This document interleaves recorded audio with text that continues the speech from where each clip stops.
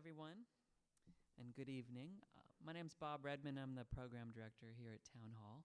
And thank you for coming out for tonight's talk by Kim Ives, presented by the Town Hall Center for Civic Life, with series sponsorship by the Boeing Company, Real Networks Foundation, and the True Brown Foundation. And I also want to thank Jesse Hagopian and everyone who helped make it possible to bring Kim here and support his efforts. Even beyond who people came, there's also conversation about it, and that's also valuable. Mr. Ives will speak for about 40 minutes, after which he'll take questions from the audience. And when you have a question, if you could come to this mic or that mic over there, it'll make sure everyone can hear you. And also, we record the programs at Town Hall, so then it'll be part of the record. And also, welcome to Pirate TV for being here to record the program, too. Before I say more about Mr. Ives, a couple of programs of note at Town Hall happening in the next couple of weeks. Next week, Wael Honim, one of the people who sort of instigated the Egyptian revolution last year, with Dee Parvaz, the former PI columnist who was detained in Syria and Iran, will be here talking about the Arab Spring Revolution and social media as an essential component of that. Also, a UW Science Now event with Sean Walker about new forms of political participation in social media, and journalist Peggy Orenstein on the burgeoning girly girl culture, Pink. So that's all happening in the next couple weeks. And then coming up, Global Rhythm's 5th annual Accordiorama, Lake Union Civic Orchestra's Gypsy Nights program, and 2 Saturday family concerts by The Satisfaction. And that's kind of going on into February at Town Hall. And if you want more information, you can pick up our February brochure, or you can check out the programs at townhallseattle.org. And my last little plug for Town Hall is thanks to members. Are there any members here tonight? Awesome. Thank you. Members help make it happen here at Town Hall. We're a member-driven organization, and we do 350 events a year, which is a lot, but the membership helps us keep costs low and quality high. So if you're not a member, pick up a brochure and sign up tonight. It starts at $30, and you get preferred seats, you get discounts on tickets, discounts on books, and sometimes early bird special access to people like Paul Krugman or Rachel Maddow. And best of all, the knowledge that you help make it possible at Town Hall. So thank you. Now, on to tonight's special guest, Kim Ives. He is one of the founders of the weekly newspaper Haiti Liberté, where he is a writer and editor. He's also lead editor of its 2011 series of articles based on U.S. diplomatic cables on Haiti. And thank you for turning those off. He's also co-host of the weekly radio program Haiti, The Struggle Continues, and a weekly Haitian TV show produced by Haiti Liberté called Cafu Vérité. Previously, he wrote and photographed for the newspaper Haiti Progrès. As a filmmaker, Ives has directed and collaborated on documentary films about Haiti, including Bitter Cane, Killing the Dream, and Résistance. He also has contributed to several books on Haiti, including The Haiti Files, Dangerous Crossroads, Haiti, A Slave Revolution, and this year's Tectonic Shifts. Tonight is not a book talk per se. He will be giving you well, I'm not going to tell you exactly what it's about, but it's significant because it's a year after the earthquake in Haiti, and I'm sure we'll hear about that and other things. And please give a warm Town Hall welcome to Kim Ives.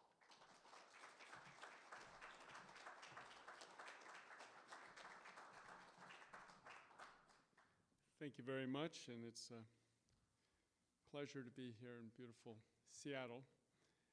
I'm going to start tonight. I realize there may be a number of people in the audience who are familiar with Haiti and know it, but we have a very short presentation which we'll give, just to give anybody who doesn't have that background to fill in some of the gaps. Haiti, as you can see, is in the center of the Caribbean. It was the first large island that Columbus landed on in 1492. In fact, he crash landed on it because his flagship, the Santa Maria, sank off the northwest coast. They took the wreckage and they built the Navidad fort, where he left his away team when he went back to Isabel and Ferdinand, for whom he named the island Hispaniola, Little Spain, because he found it so beautiful. Nobody's ever found the Navidad. It's been looked for decades, never to be found. The island became the richest colony in the Western Hemisphere, dwarfing the output of the other colonies and the 13 English colonies of the North American continent. It was really one of the corners of the triangle trade, where essentially slaves were picked up in Africa, traded in Haiti for sugar, and that was taken to France, where they would pick up guns, and then they would head back down to Africa, pick up more slaves. So that was the triangle trade, which made Haiti really the engine that built the French bourgeoisie. The country became independent in 1804, and as many of you heard, it had a devastating earthquake in 2010, January 12th, along the bottom of the mouth of Haiti there, from Port-au-Prince to Léogâne. The towns were essentially leveled. Some 319,000 people were said to be dead from that by the official Haitian government, to have been killed in that earthquake, according to official government figures. But a statistician recently reviewed the matter and came up with a figure of closer to 40 to 60,000. But nonetheless, it was a terrible blow to the country. Many thousands of buildings fell down, including the National Palace, most of the churches, many public schools, burying people. The city was, Port-au-Prince, the capital, was essentially destroyed. In many areas, like in this slide, you see houses were built one on top of another. And one of the problems became that houses would topple onto each other. And afterwards, rebuilding is very difficult because there are no roads in there. It's down these little paths, what they call corridors. And so it's very difficult to rebuild in that area. Many of the people who were displaced by the collapsed housing moved to camps. It was about 1.5 million shortly after the quake. It is down now to about 500,000 people living in these tent and tarp camps some 2 years later. These are sprinkled around the metropolitan area and are largely now disintegrating under 2 years of sun and rain. When the sun beats on them, they're like little ovens. You can just imagine it baking in one of those tents. And when it rains, as it often does at night, they just leak and are of no use at all in stopping the rain. Here's one of the largest camps in Port-au-Prince, in the Jean-Marie Vincent camp down in central Port-au-Prince near the old military airport. A lot of them, as you can see, have developed into little towns. They have lottery offices, like that little booth you see off to the right, little stores and beauty salons, barber shops, etc. Here are the figures on it. As you can see, as of September, there were about 800 camps, but those are now being reduced. There is a campaign by the new government of Michel Martelly, the new president, to buy people out. He gives them 20,000 or 21,000 gourds. That comes to about $500 or $525 to move out. Sometimes police come in, or sometimes just deputized goons and force people out. But many of them are really being laid siege to. Their supplies, which were being brought in by NGOs, have been cut off. So water, toilets have been cut down to 7%, 38% respectively. As you can see, as of September, that's down even lower now. So people are having to leave in great numbers from those camps. And where many of them end up are on these settlements of shelters, I won't call them houses, built outside of the city. This is a camp called, the most famous one, known as Corail-Cécélès, which is essentially built in the desert out north of the capital. That is between two dumping grounds from the coups, the Titayen and Moncabrit. Very desolate area. It's essentially a floodplain. The white rocks that are at the soil make the area very hot and bright during the day, and when it rains, the waters flood through there. You can see it in the upper right-hand corner there. That's about where it is, and it requires 2 or sometimes 3 fares to get into Port-au-Prince. It takes hours, so it's not a place where anybody can find work.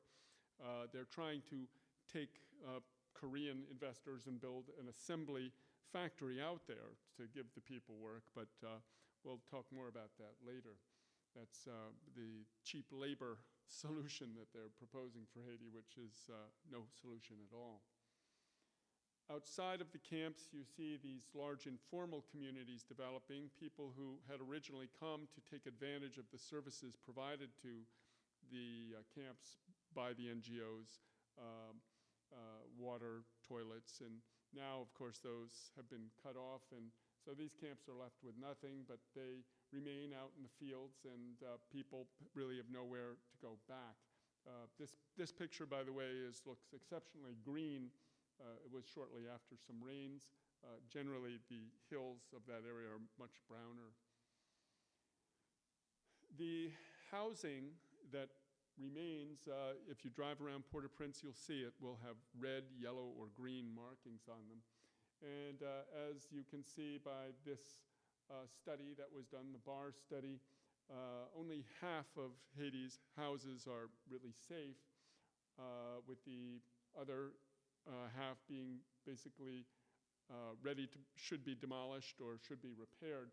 Nonetheless, people are moving back into them. In early 2011, 64% of them had families moving back in, and 85% of the yellow-coated, which Kit Miyamoto said was an extremely dangerous situation, and indeed it is, because hurricanes or earthquakes could cause disaster in that case.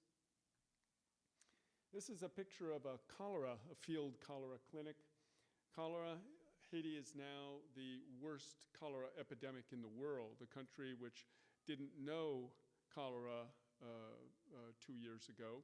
But in October 2010, Nepalese troops with the UN mission to stabilize Haiti, as the US occupation forces called, imported cholera into Haiti by allowing their sewage to leak into the headwaters of the Artibonite River, Haiti's largest river, and from there it spread throughout the country.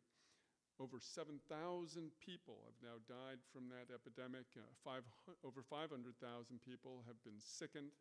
And with the rainy season coming in April, the situation will get much worse. When the rains come, the waterborne disease of cholera spreads, and it is still ravaging the country.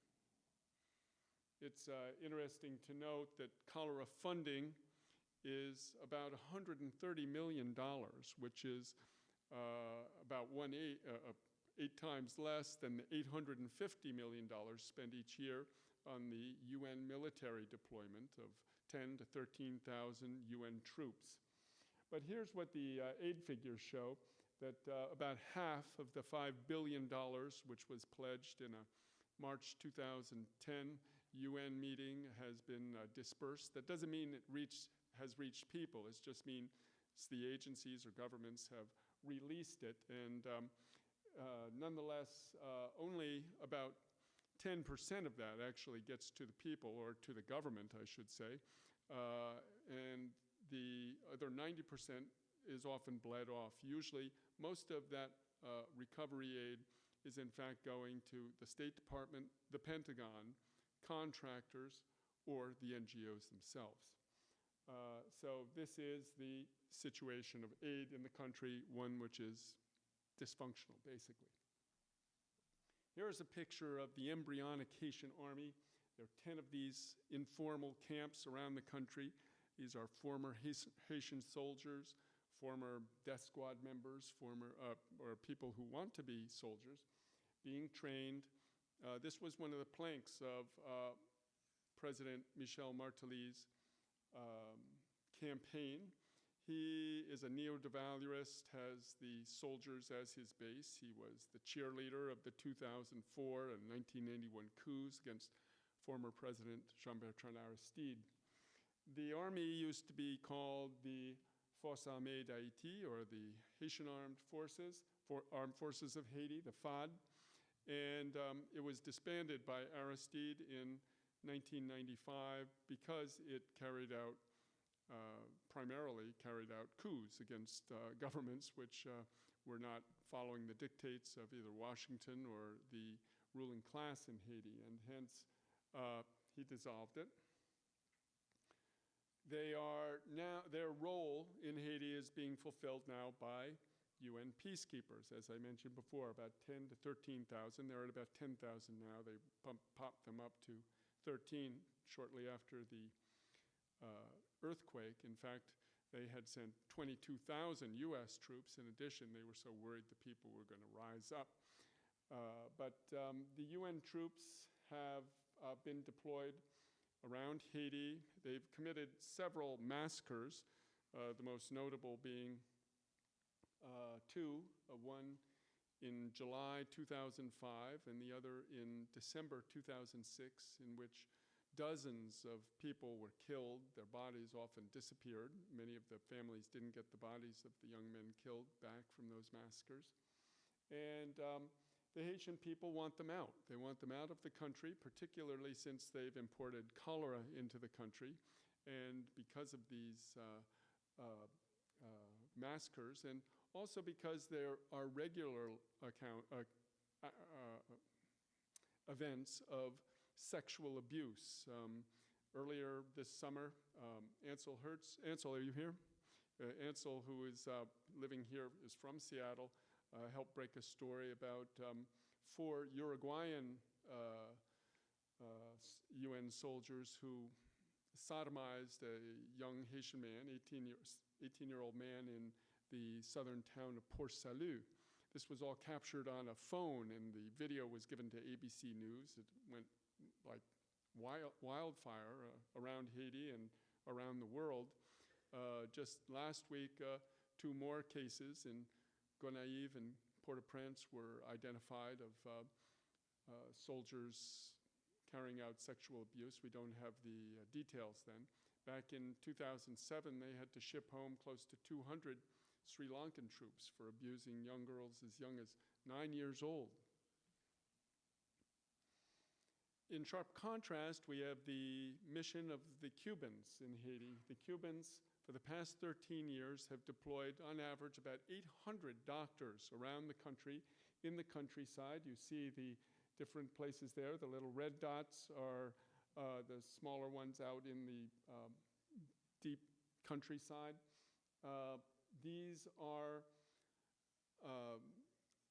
This is an effort that has won the enduring thanks of the Haitian people. They really view the Cuban doctors as gods who have brought free health care, tend to them in the deep countryside, often with very few implements or medicine. If you would like to keep track of, keep abreast of events in Haiti and what's happening there, one of the most effective solidarity networks, in fact, is the Canadian Haiti Action Network, which runs a website which keeps a lot of the English language and French language information on it. They, in fact, have sponsored my tour through Canada and now in Seattle. They carry all the WikiLeaks documents, which we'll be talking about shortly, on their website, and have just a wealth of information that you can find there. Canada Haiti Action.ca, or you can Google CHAN, Canada Haiti Action Network. If you want some books to read on Haiti, there are a few that have just come out. There's Tectonic Shifts that was just mentioned. Also, Laurent Dubois is a professor at Duke University in North Carolina. He's just published The Aftershocks of History, which is a fantastic account, which has really speaks back to the popular myth that Haiti is a basket case. It can't help itself, and it shows really how it has been a wellspring of innovation and intellect and great wealth, as it was for the French colonial empire. Paul Farmer's book, Haiti After the Earthquake, is also a very moving account.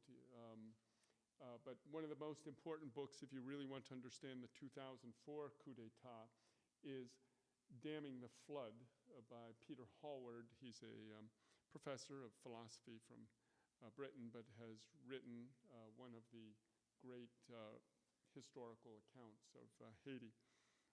I'll leave that one up there. Presently, what we're experiencing in Haiti is a restoration of the Duvalier regime, which was overthrown 25 years ago. Last year, former president for life, Jean-Claude Duvalier, returned. He said that he wanted to be of help to the country, but the investigating judge put him under house arrest and began to review a dossier to see what to do about close to $1 billion that he stole from the Haitian treasury, the treasury of the poorest country in the Western Hemisphere.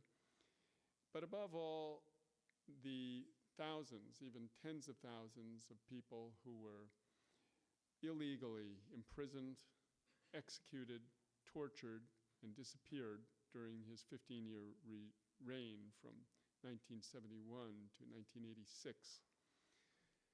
Just 2 days ago, the judge released the findings of his investigation and announced his indictment, which he said would just be for the money stolen, which would carry a maximum sentence of 5 years.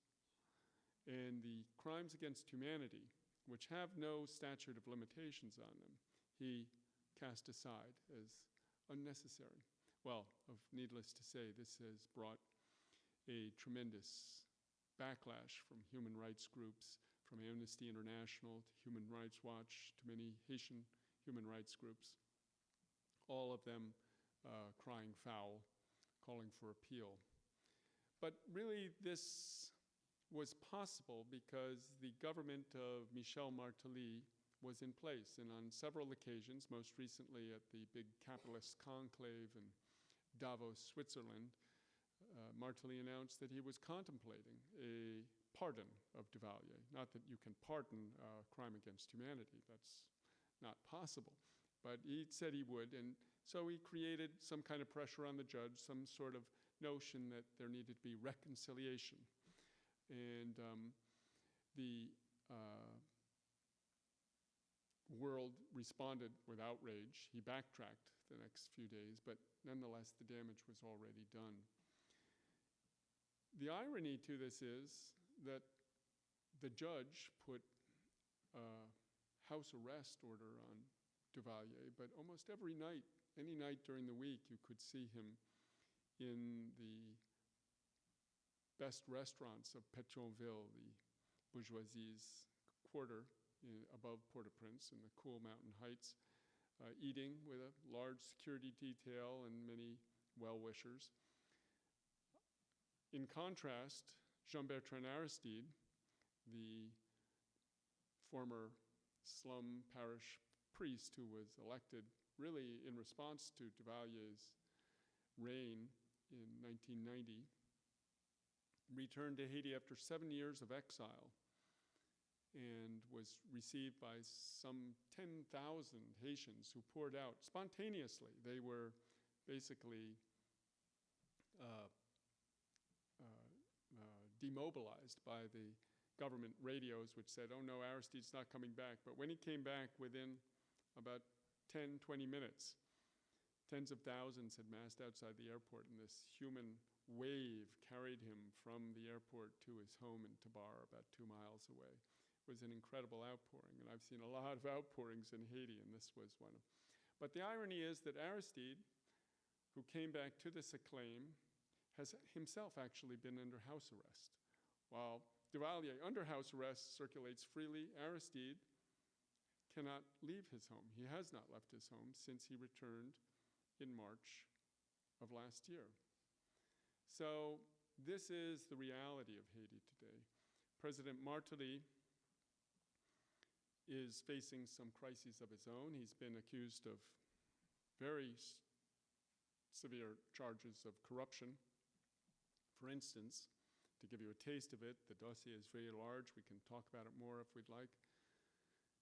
He has quadrupled the per diem fee that a president gets when he travels abroad. And President Martelly travels abroad a great deal.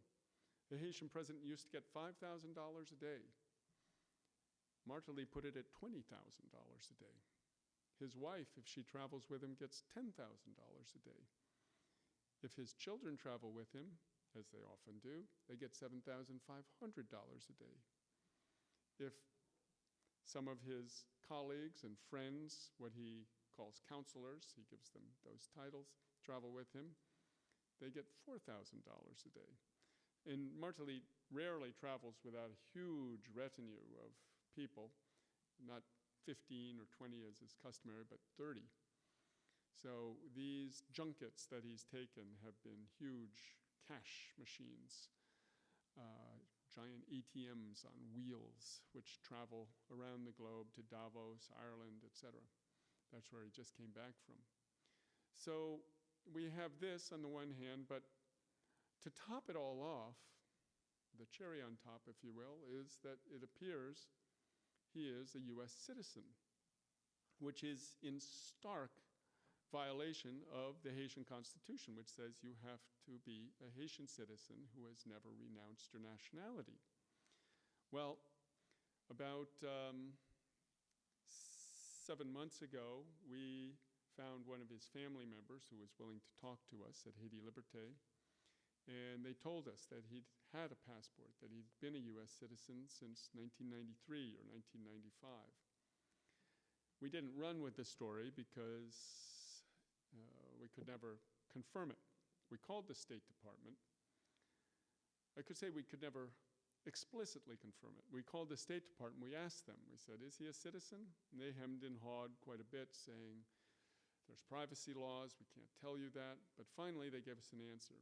And textually, word for word, their answer was, to the best of our knowledge, we have no reason to believe that President Martelly is now or has ever been a US citizen. Well, we took that as a yes, because it's a simple yes or no question. Look at your computer, look at the papers. Does he have a passport or not? It's not to the best of your knowledge, or you have no reason to believe. So we took it as a yes, but we still didn't run with it. But recently, a Haitian senator has begun to delve to the bottom of it using Haitian investigative method. He turned up Martelly's, or one of Martelly's former mistresses in the Dominican Republic. Remember, he was a compas singer in his previous incarnation who had many mistresses around the globe. And she was mad, and she had a canceled passport, a canceled US passport of his, which she provided to Senator Moïse Jean Charles. At least this is what he said. We cannot state definitively that this is the case because we have not seen at Haiti Liberté the actual passport. He has given the passport to a Senate commission investigating Martelly's citizenship and that of 38 other government officials. And if this proves true, I should say that this commission was headed by Senator Moïse Jean Charles, who has been a very aggressive and dogged researcher in this matter. But they carried out a coup in the commission, so two of Martelly's parliamentary allies are now in charge of the commission, and they've said that this document, this copy of the passport, of the canceled U.S. passport, cannot be given to the press. We are nonetheless trying to find the mistress in Dominican Republic and get a copy for ourselves, so stay tuned to the Haiti Liberté website for that. But this will cause a tremendous crisis in the government if it's determined that Martelly is a U.S. citizen, because he will be called upon to resign. However, this could end up being a huge confrontation. Martelly, in a 1997 article with a Miami paper, when he was already contemplating his presidency, said, "The first thing I'll do as president is dissolve the parliament, because you can't get anything done with a parliament." So it's very likely, if the parliament comes and says, "President Martelly, you have to step down," that he will say, "No, you have to step down, Parliament." So we're waiting to see if this will happen. It's just speculation at this point, but the ingredients are starting to come together. In this week's Haiti Liberté, we look at the review process that is beginning, and they're starting to find that indeed many of the members of the 39 flagged by Senator Moïse are indeed U.S. or foreign nationals or have dual nationality. So this is the crisis that is brewing. Haiti Liberté found an easier way to get a clear answer out of the State Department this past summer. And that was through WikiLeaks cables, which were provided to the newspaper by WikiLeaks. It was a great honor. As many of you may know, the 250,000 secret U.S. diplomatic cables that they came into possession of were originally given to 4 mainstream media: the New York Times, the Guardian in England, Der Spiegel in Germany, and Le Monde in France. But those big media did practically nothing with the documents. In fact, the New York Times boasted that they'd received clearance from the State Department before they published any of their articles on the WikiLeaks documents. That gives you some idea of the servility and timidity with which they approached them. So WikiLeaks decided to adopt a new strategy. They said, we're going to go to the press in the countries concerned by them and give them the documents. So we're very proud that they chose Haiti Liberté as the media to release the documents and to edit them, because we had to go through the documents and remove names, block out the names of people who might have their lives or livelihoods threatened by the revelations made therein. It was a very cloak and dagger operation receiving the documents. Remember, WikiLeaks began as a hacker organization. They knew a great deal about internet security, and they said, no, we cannot email you the documents. We have to deliver them to you in hand. And not just deliver them. When they came, it was a team of 3, and they gave us training in how to receive the documents, how to put them on a computer that wasn't connected to the internet, so we couldn't be hacked in by Pentagon or State Department hackers, to all sorts of password protocols. In fact, we were finally put on a secure video link with Julian Assange, who explained to us how to take a small thumb drive they'd given us and put it in with a passkey and decrypt the documents, which finally we did. And what we got were 1,918 documents which were marked Haiti by the State Department. Now, this doesn't mean they came from the Haitian embassy.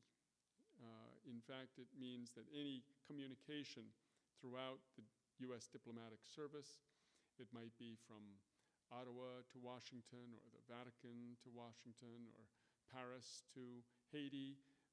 All of these that involved Haiti would be marked HA, and we got them. Well, when we heard that the documents, before we'd received them, spanned from March 2003 to February 2010, we were overjoyed, because finally we knew we'd get a glimpse into the intrigues that happened at the embassy in the February 29, 2004 overthrow and kidnapping of President Aristide. Much to our dismay and disappointment, when we got the documents, we found that the period from 2003 up through March 2005 from the U.S. Embassy in Port-au-Prince was not there. We asked Julian Assange, we said, "What happened? Where are our cables that we're looking for?" And he said that most likely they were a higher security level. The classification for our documents were from a confidential, more or less, through several degrees up until secret. But it's believed that the other documents may have been top secret or ultra top secret. Of course, these cables are one of the lowest levels of secrecy. So those documents were finally combed through by our team, and we found a number of stories which were of great interest nonetheless. And what they essentially showed was how the U.S. Embassy has, over these years, been working as the handmaiden and ringleader of U.S. corporate interests in Haiti. And the one we started off with was the story of Petrocaribe, where Venezuela came to Haiti and said, "We'll provide all your energy needs.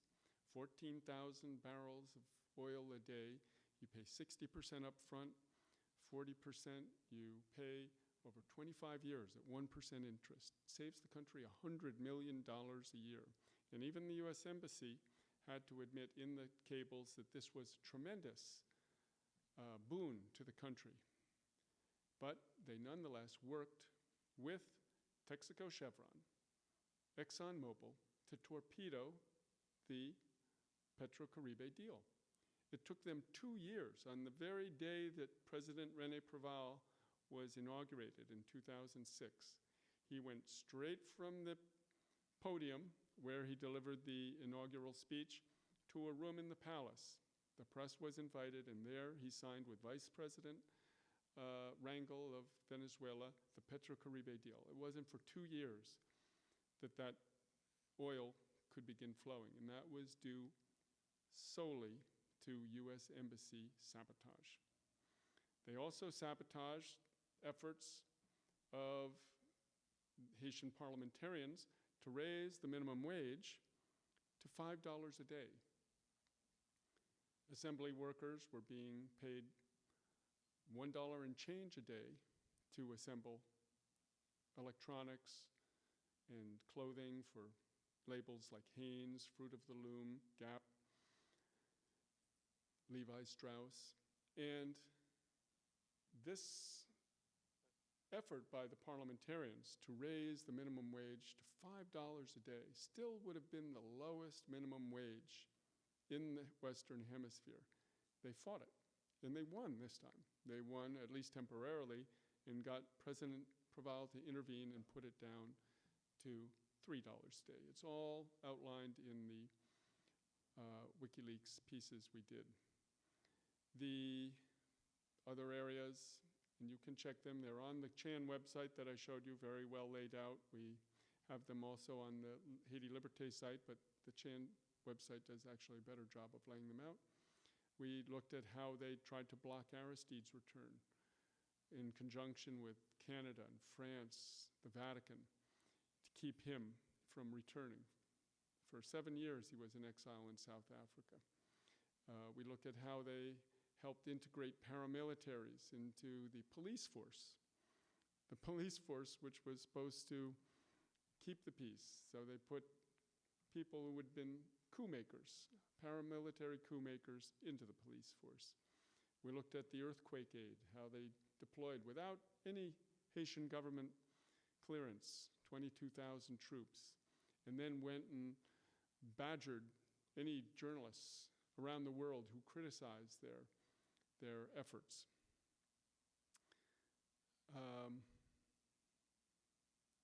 So this is the nature of the problems in Haiti today. Haiti was, in many ways, a vanguard nation throughout these past 2 centuries in the Americas. As all of you probably know, it was the first and last successful slave revolution. Cuba, next door, their great revolutionary leader was Jose Marti. His birthday was celebrated just at the end of January. And one of his closest allies in the Caribbean was a Haitian president called Antenor Fermin. And Fermin was a leading intellectual of his day and of his time who inspired legions of pan-Caribbeanists and anti-imperialists in the following years in fighting the hegemon, the growing hegemon to the north.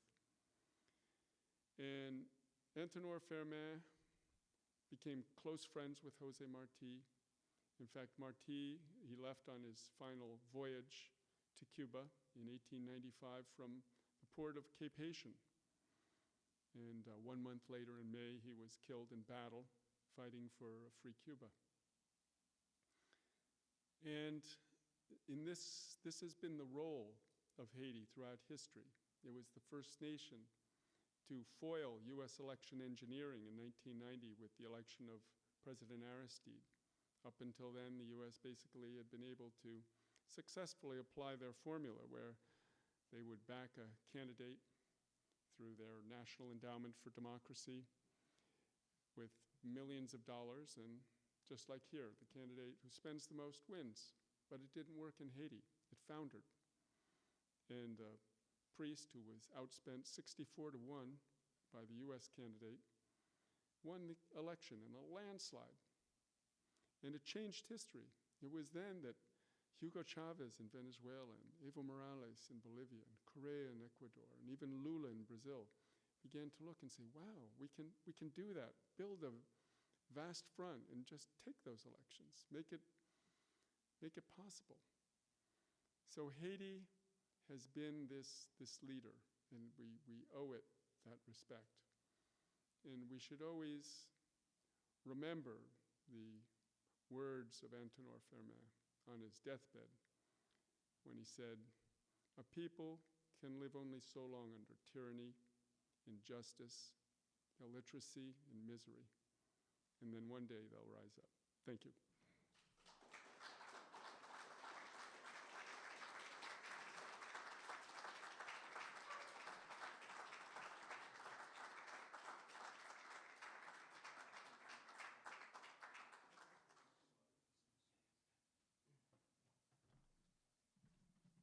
Hi, everyone. I have just a couple of quick announcements for you. My name is Roger Annis.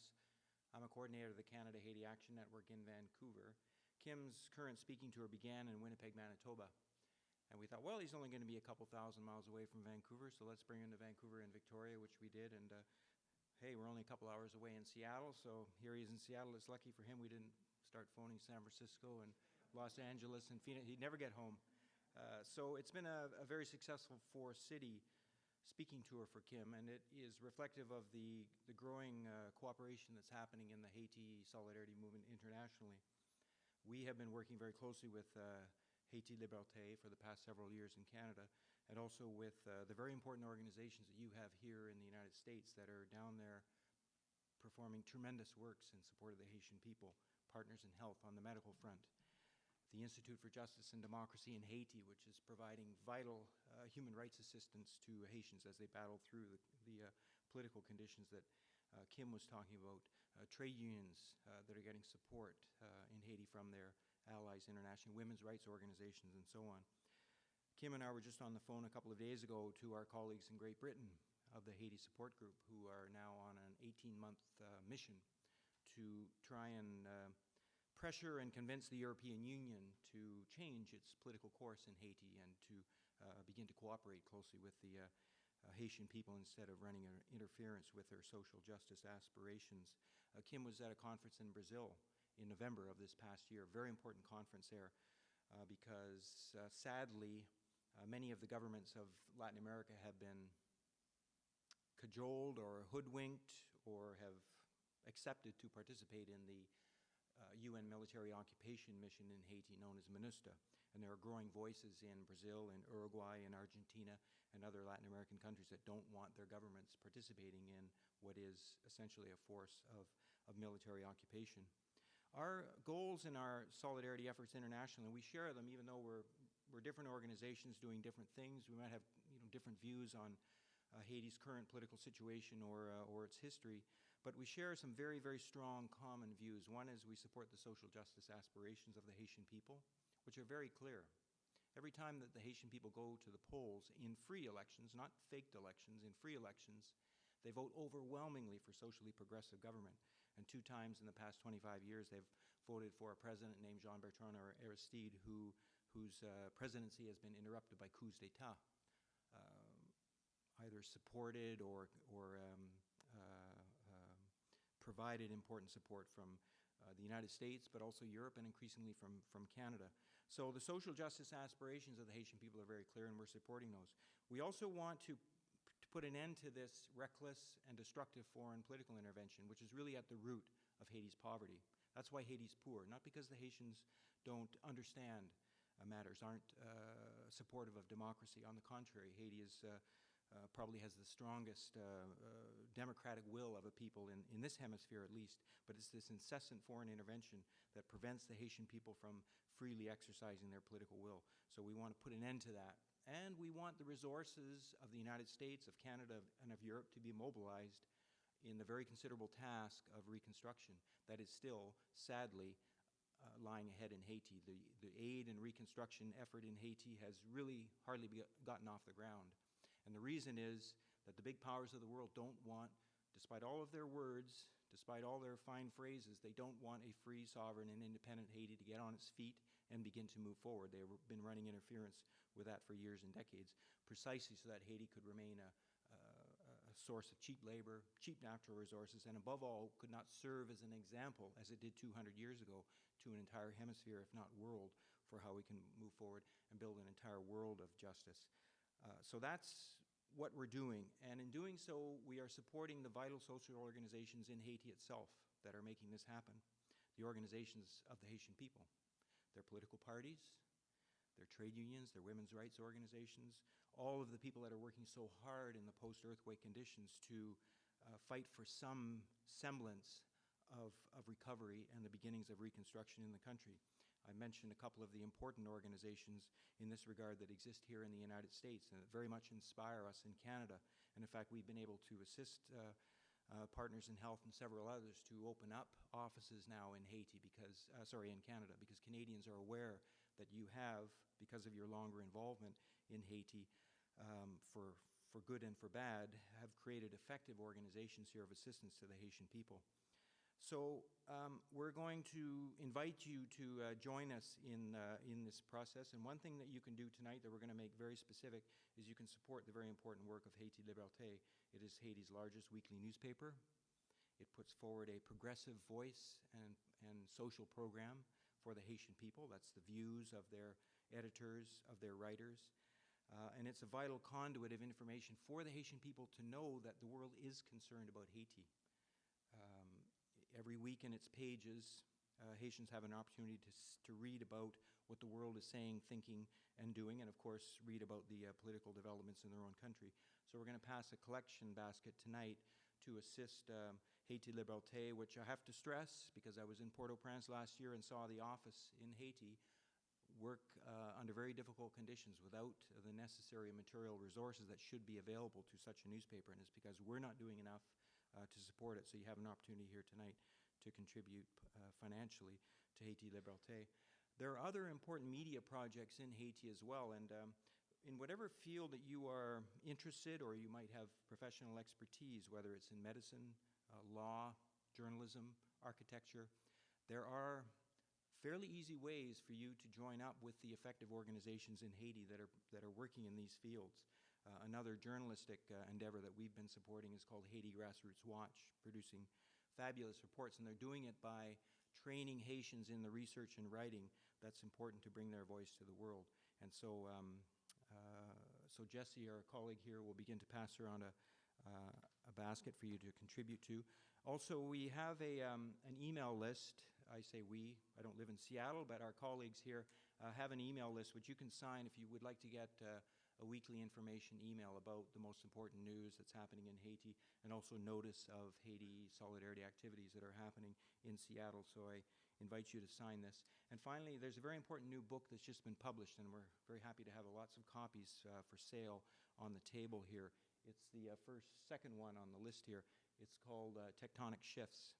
And what it is, it's a collection of essays by some of the most active and articulate people in Haiti today, both Haitians as well as their international allies, about the challenges that are there today, the difficulties that the Haitian people are facing with this very slow aid and reconstruction effort, but also how we can move forward. And in fact, we have two authors of one of the essays in the book are with us tonight, Kim himself, and also Ansel Hirse.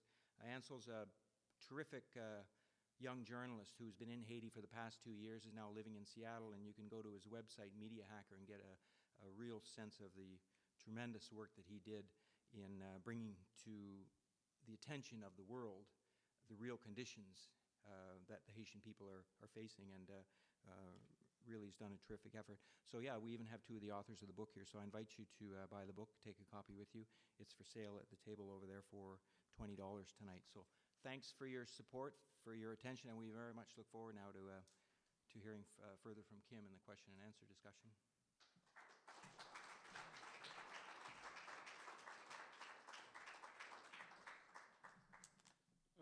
I don't know if Town Hall can give us some guidance on how this will work. Are we using this mic, or? Oh, mic on either side? Okay. So people should go to those or call from the audience? Walk right up to the mic.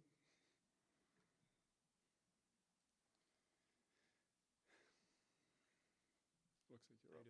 How you doing? You seem to be fairly against Martelly, and I'm curious, who would you have backed in last year's election?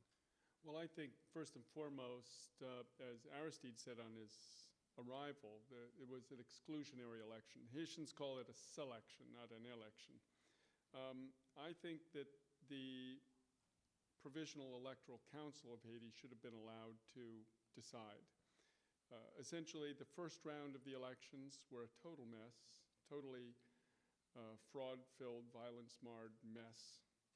And the results of that, in fact, what happened was all the candidates got together in a big press conference the same day and said, none of us are going to participate in this.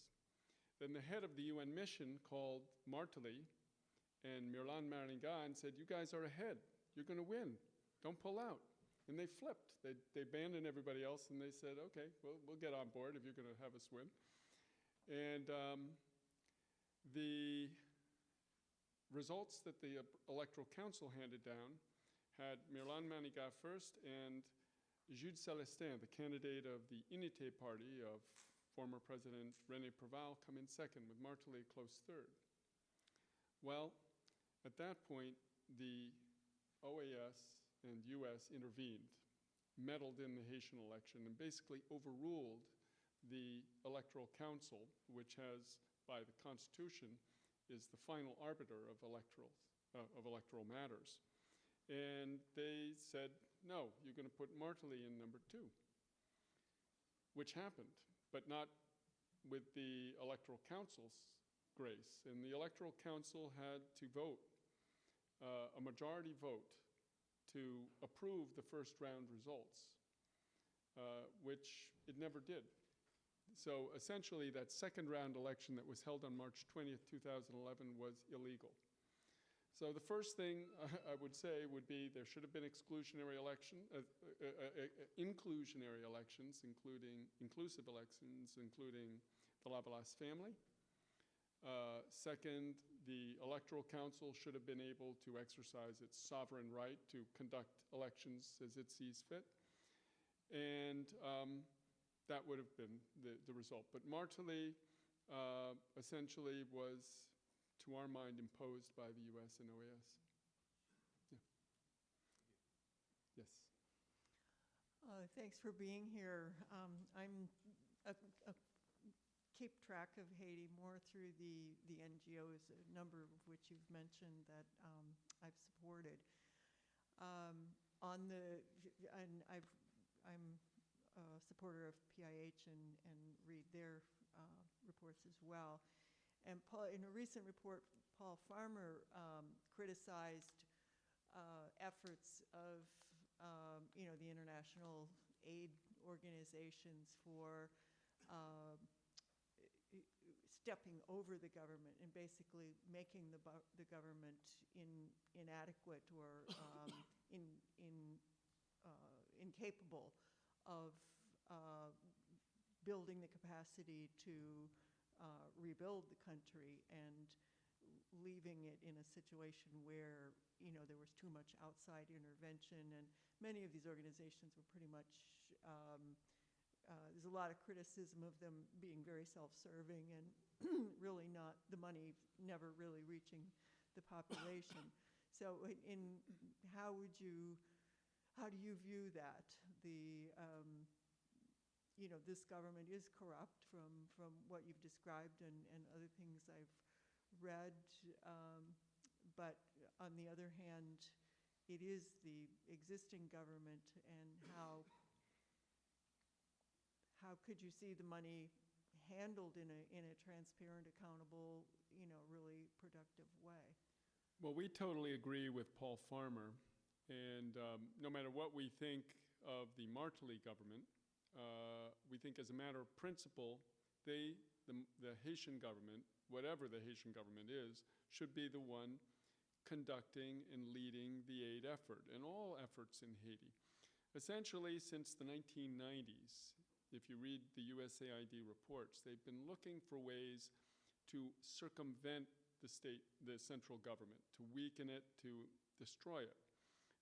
We see the security of the country in the hands of foreigners. We see the aid to the country in the hands of foreigners. We see the administration of the country in the hands of foreigners.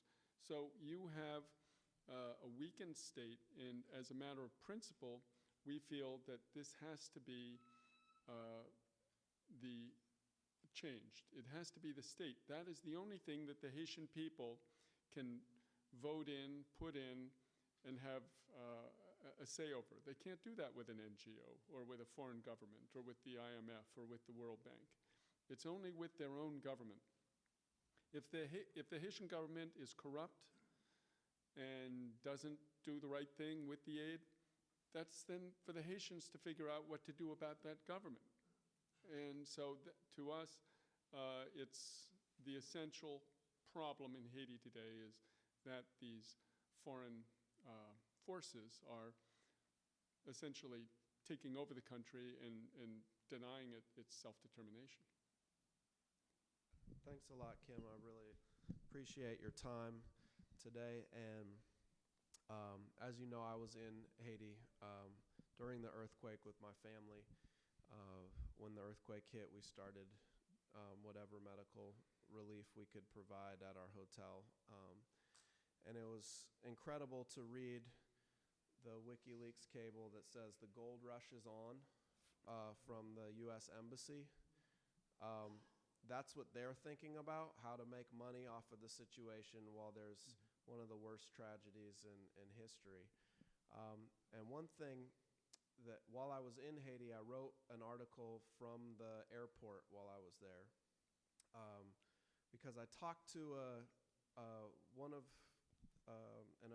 guy who's working with an evacuation service, and he was getting evacuating people out to the DR on flights, and he said that he was not able to run one of his flights because Hillary Clinton was coming in to give a speech, so they grounded everything for 3 hours in the airport. So that meant they didn't allow aid to come in to Haiti for those 3 hours. And this is the 5th day after the earthquake, when there's still people trapped and who could be saved if aid is flowing continuously.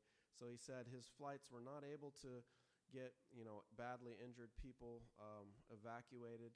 And then he said another flight was grounded so that she could get a suit flown in from the DR for a change of clothes for another media appearance she was making. So we know that everything she was saying was just rhetoric, and that's how they work. But one thing I read in your documents really struck home, because when I wrote that article, I got an email very soon after from someone threatening a lawsuit that I insinuated things and spoke poorly of the secretary. And I was worried about it, but nothing came of it. And then I think it was in your reporting, or I don't know if it was somewhere else, but I think it was in your reporting that the U.S. Embassy put out a cable saying, please keep us informed of any articles about Haiti that speak negatively of the U.S. aid relief effort, and deal with that problem. And That's exactly right. That was is that right? Ansel's piece on the that was post-earthquake Ansel's response. piece. Okay.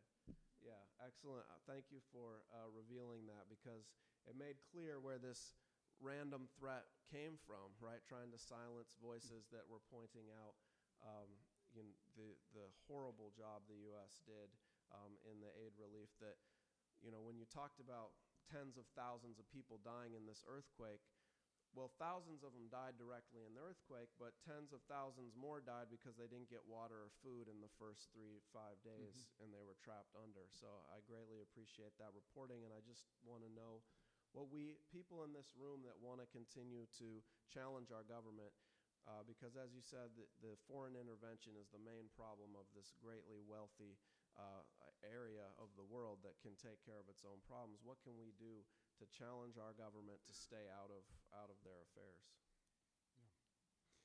Well, that's as Roger said, there is the Canada Haiti Action Network. I think you, Jesse, are involved with mobilizations here in the Seattle area, and there are people who are aware of this throughout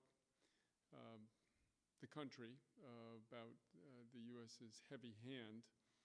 And we have to just keep our wits about us. If you listen to former President Clinton talk, you'll suspect that he's of the same opinion that we have. But in fact, he is facilitating the program that was essentially the program of Jean-Claude Duvalier 30 years ago, when I made the film Bitter Cane in Haiti under the Duvalier dictatorship. We looked at how the program of the government had 2 pillars: sweatshops and tourism. And that is now the formula once again, 30 years later, the same formula: sweatshops and tourism. And ironically, like one of the reports which we published in Haiti Liberté, which was produced by Haiti Grassroots Watch, was on the Caracol assembly complex they're putting up in the north. This was built on the region's most fertile land. It's destroying a virgin mangrove forest, a coral reef. The UN groups that studied the project and were making recommendations about it said that area provided $1.3 billion of value to Haiti, however they quantify that. And this is now being paved over to put in a factory where people would be paid $5 a day. It's going to produce another Cité Soleil in the area. It's not the type of development. It's been shown over and over again that this sweatshop development does not bring development. Yes. Oh, sorry. Yeah, thanks a lot. This has been really very, very helpful. I just have a couple of questions. The Lavalas movement, has that fractured? Is it still together? Is it still one party? Are there other parties that are progressive that are doing things in Haiti? And the second one is, do the Haitian workers have unions? And if they do, how strong are they, or what kind of role are they playing? Okay. The Lavalas movement is beginning to get the Lavalas Party, I should say, because there is a distinction between the Lavalas movement, which is the broader democratic movement that began in 1986, and the Femi Lavalas Party, which was the party formed in 1996 with President Aristide as its leader. The party itself is reorganizing. It's now holding congresses in the departments of Haiti. Those are like states. There are 10 of them throughout the country in the buildup for a national congress, which I was told was supposed to be around March 20th. I don't think it's going to happen on March 20th. Maybe it'll be in May or June or July. But sometime this year, we expect to see a Lavalas family party congress. And at that time, they are supposed to announce a new leadership. Aristide will be stepping back. He is looking to become some kind of Nelson Mandela-like figure, I believe, from my discussions with him last April. That's what I sense. And he is looking to pass the torch, if you will, to a new leadership. The party has not spoken out a great deal about Martelly, has not responded to many of his programs. It's been quite prudent, I would say too prudent in that respect, but they do expect to go into elections, and if they do, are likely to have the same sort of response, very favorable, that they've had in the past. As for unions, I should also say there are other initiatives happening at the base, at the grassroots levels, to start organizations which will be more engaged. A lot of that is happening in our office, at the Haiti Liberté office, which is combined with the Bureau of International Lawyers. A lot of groups meet there every day, every week, huge meetings discussing strategies. And there's been a lot of talk of starting another party or initiative or front, but nobody wants to really get in front of the Lavalas family until it's clear which way they're going. So, as for unions, frankly, most of the unions in Haiti are either yellow unions or phantom unions. There is a union, Bataille Ouvrière, which has done good work in some of the assembly factories.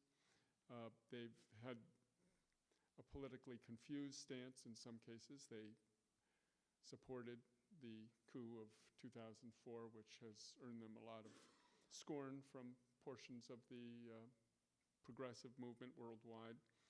But they have done some good organizing work. And there are other unions like the CAF, and which has some internal problems. It basically has two heads, two factions, but it is also a union which functions on some levels. So the union movement, we cannot say is strong, but the will is there. One of their problems is that it's very hard for Haitians to pay dues. I mean, $5 a day, how much are you going to pay in dues from that? So, yeah. Okay. You talked about the devastating effect that cholera is having on the general population. I think you mentioned that over 7,000 people have died, and there's over 500,000 that is infected. I just would like to know what has happened to those people that have been infected. And also, one more question is that I saw this documentation where they showed these big warehouses, and they were stuffed with everything from baby pacifiers to big trucks for delivering goods and stuff. What has happened to that stuff? It is still sitting in the warehouse? Is it there because people are greedy, incompetent, or they just don't care? For the first question, of the 500,000, one of the important things to know is that the Bureau for International Lawyers and the Institute for Justice and Democracy in Haiti have launched a lawsuit on behalf of 5,000 of the victims of cholera. Those are people who either had cholera or had family members die from cholera. They collected 5,000 of them, and they launched a lawsuit against the United Nations, demanding reparations for Haiti from the United Nations for bringing cholera to Haiti. We'll see what happens. The UN has never officially recognized its responsibility in importing cholera into Haiti, and this lawsuit aims to rectify that. But cholera is a disease of poverty, and when you have slums which have open sewers running through them, the mud filled with cholera bacteria when there's a heavy rainstorm, it's very difficult to control this. So it is an epidemic which is going to be plaguing Haiti for, I think, decades to come. It is a real human tragedy.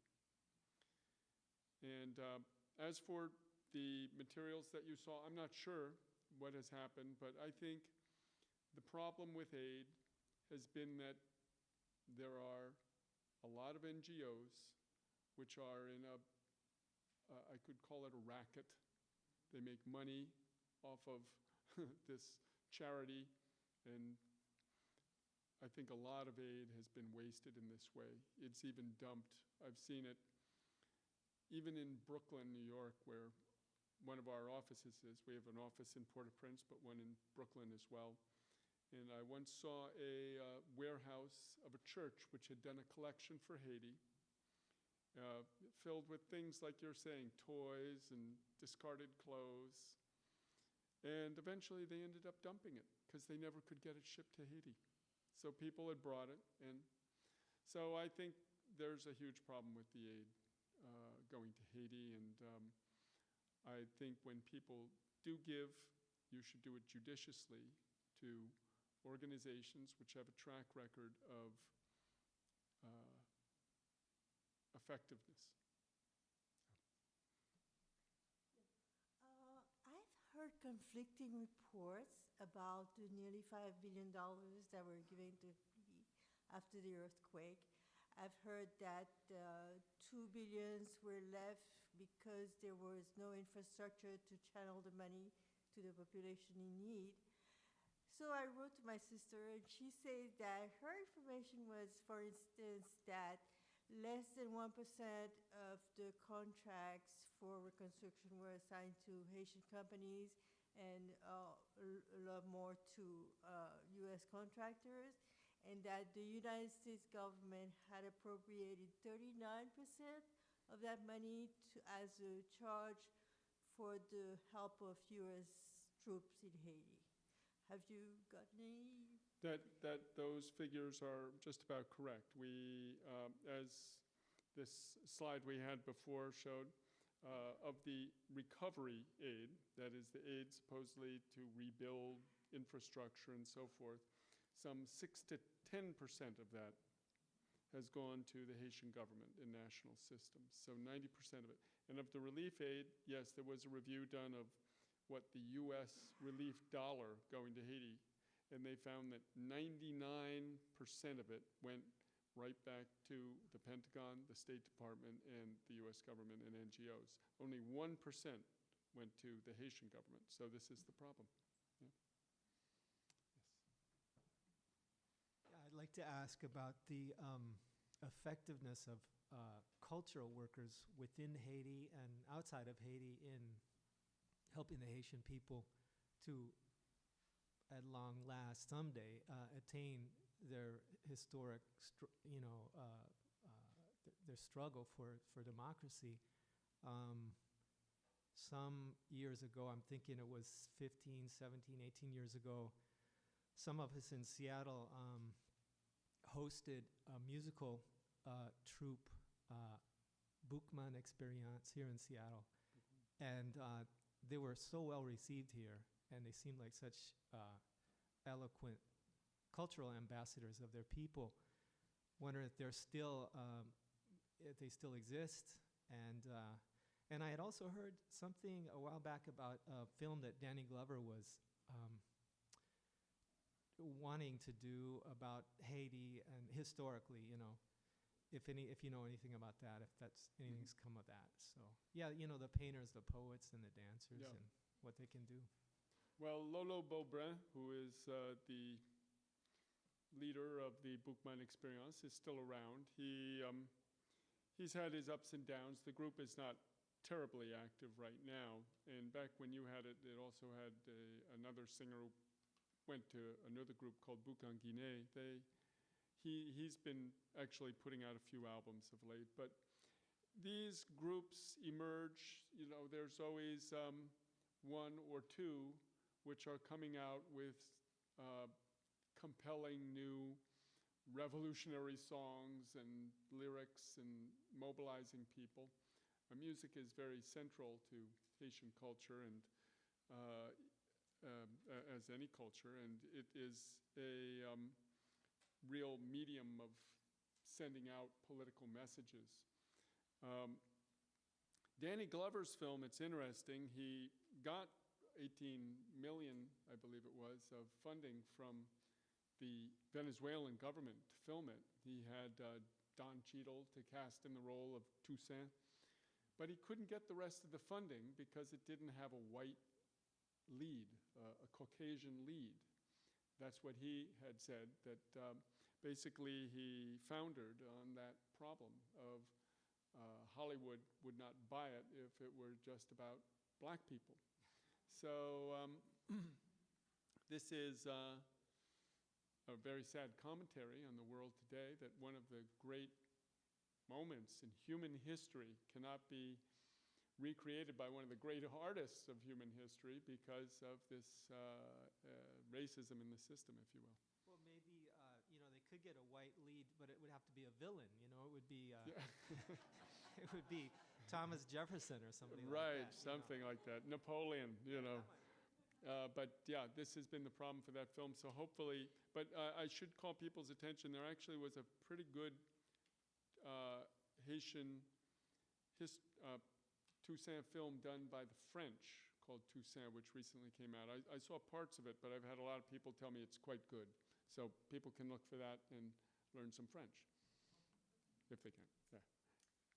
Unfortunately, ladies and gentlemen, we have time for just one more question.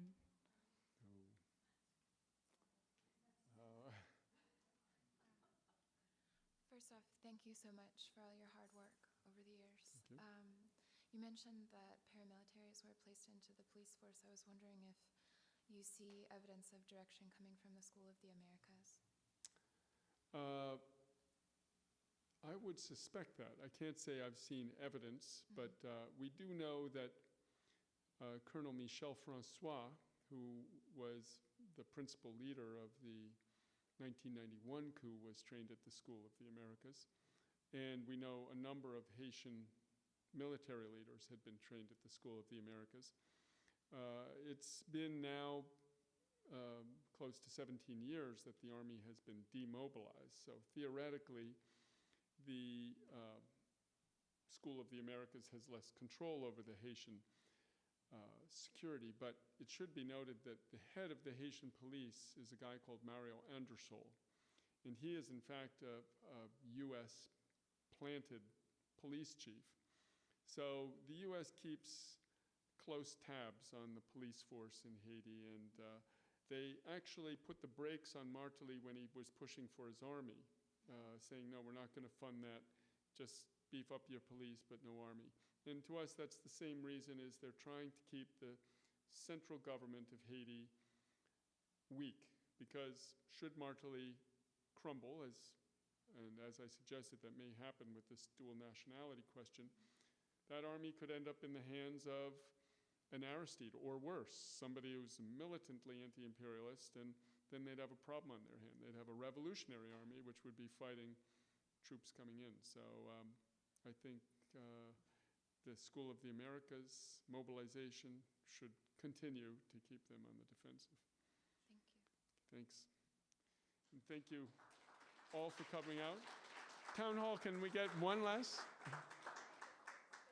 quick statement?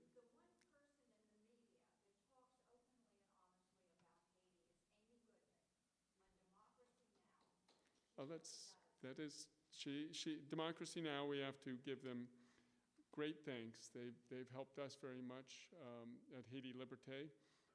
We've worked and collaborated closely with her over these years, and yes, we too, our hat is also off to Amy.